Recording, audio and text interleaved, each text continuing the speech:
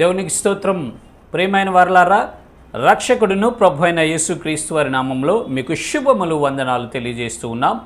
దేవుడు మిమ్మలను, మీ బిడ్డలను, మీ కుటుంబములను దీవించి ఆశీర్వదించునుగాక. ఆమెన్. God bless you. దేవునికి స్తోత్రం. హల్లెలూయా. ప్రియమైన దేవుని ప్రజలారా, మనుషులు మాటిస్తే ఒకవేళ తప్పొచ్చు, మనుషులు ఒక వాగ్దానం చేస్తే దాన్ని నెరవేర్చలేకపోవచ్చు, దానికి వారికి తగినంత శక్తి సామర్థ్యాలు లేకపోవచ్చు, పరిస్థితులు అనుకూలించకపోవచ్చు, అనేక రకాల కారణాల చేత వారు ఆ పనిని జరిగించలేకపోవచ్చు. అయితే దేవుడు ఒక వ్యక్తికి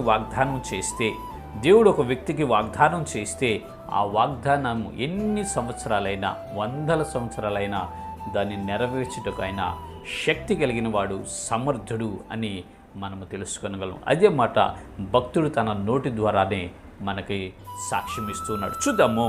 మొదటి రాజుల గ్రంథము 8వ అధ్యాయము 24వ వచనం మనం చూసినట్లయితే అక్కడ ఈ రీతిగా రాయబడి ఉంది. నీ దాసుడైన నా తండ్రి యగు దావీదునకు నీవు చేసిన వాగ్దానంను స్థిరపరిచి నీవిచ్చిన మాటను నేడు నెరవేర్చి ఉన్నావు. దేవునికి స్తోత్రం. హల్లెలూయా.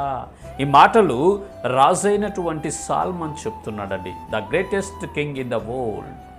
ప్రపంచంలోనే అత్యంత గొప్ప రాజు ఎవరన్నా ఉన్నాడు అంటే ఆయన కింగ్ సాల్మనేనండి. ఆయనంత గొప్ప రాజు, జ్ఞానము కలిగినటువంటి వాడు లేడు ఈ భూమి మీద. ఆయన జ్ఞానము నాకు ప్రపంచమే కదిలి వచ్చి ఆయన పాదాల చెంత కూర్చొని ఆయన మాటలు విన్నట్లు మనము చూస్తాం.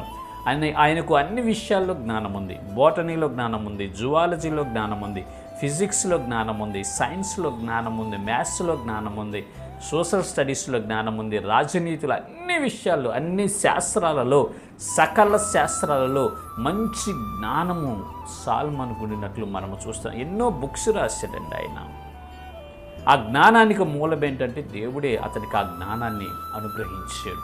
ఆ జ్ఞాని అయినటువంటి సాల్మన్ చెప్తాడు, అయ్యా నీవు నా తండ్రికి ఒక వాగ్దానం చేసావు, నీ రాజ్యాన్ని స్థిరపరిచి నీ రాజ్యం మీద ఒక వ్యక్తిని నేను ఆసీనుడిగా చేస్తాను, తరతరాలు నీ వంశము స్థిరపరుస్తానని నువ్వు దావీదుకి వాగ్దానం చేసావు ప్రభువా, ఆ వాగ్దాన్ని ఇప్పుడు నువ్వు నెరవేర్చేవు అని ఆ భక్తుడు సాక్ష్యం ఇస్తున్నాడు. ప్రియమైన ప్రజలారా, నీ జీవితంలో కూడా, నా జీవితంలో కూడా దేవుడు ఒక వాగ్దానం చేస్తే ఆ వాగ్దానమును ఆయన ఖచ్చితంగా నెరవేరుస్తాడు. అయితే మనము దాని కొరకు కనిపెట్టుకోవాలి. ప్రభువా, నాకు ఈ వాగ్దానం చేసావు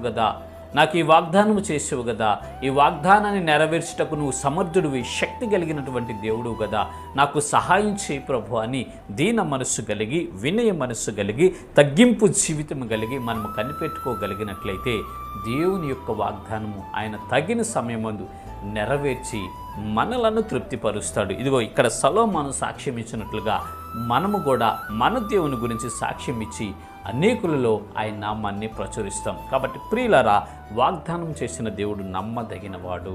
ఆయన విశ్వసించడానికి ఆయన యోగ్యుడు, అర్హుడు.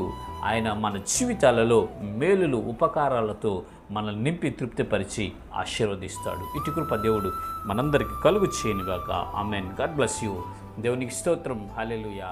Praise the lord.